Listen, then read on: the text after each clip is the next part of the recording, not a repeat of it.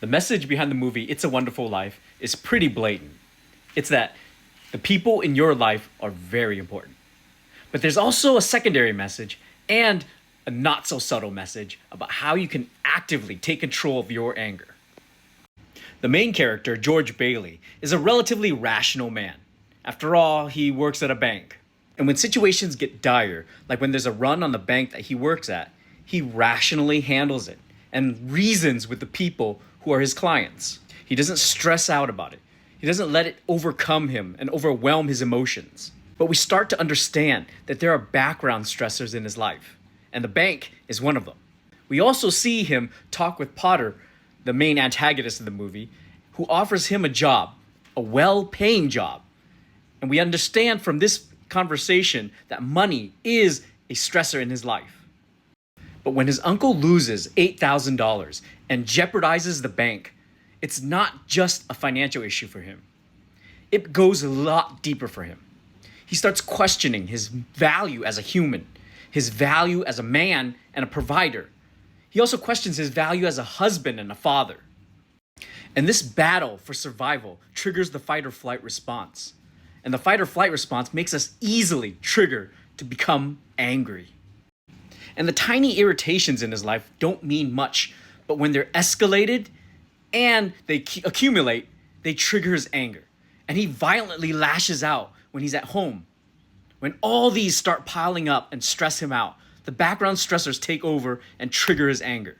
So when he lashes out, his kids and his family actually suffer for it. How should I know? What do you think I am, a dictionary? Tommy, stop that, stop it. Janie, haven't you learned that silly tune yet? You play it over and over again. Now stop it, stop it.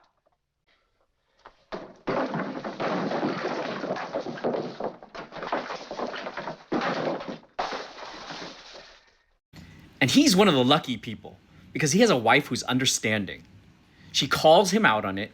She protects the kids. And not only that, she goes out when he runs away. She finds out what the problem is, and she actively finds solutions for it. George, why must you torture the children? You might not be so lucky.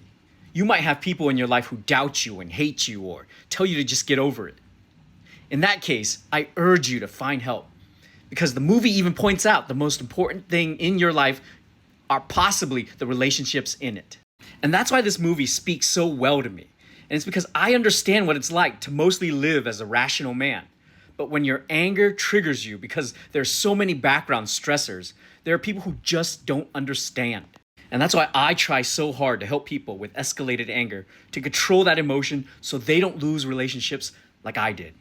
So fuck the doubters, fuck the haters, find your way and take action. Now, I also promised you a second subtle message the movie tells about how to actively take control of your emotions. When George is about to jump off the bridge, his guardian angel jumps in just before he does, and George has to take action and help him. This is really important because it snaps George out of the emotional state he's in and puts him in the logical mindset of how can I save this person? And this is something I call the reverse Solomon paradox. The Solomon paradox is that we're great at giving advice to other people, but terrible at following it. The reverse is we're very good at helping other people, but not good at helping ourselves. So when we're in that emotional state, we have a very difficult time thinking logically because we're so wrapped up in the emotional state. But logically, we could think clearly when we help other people. And the message here is that if you want to get out of that emotional state, you have to take action.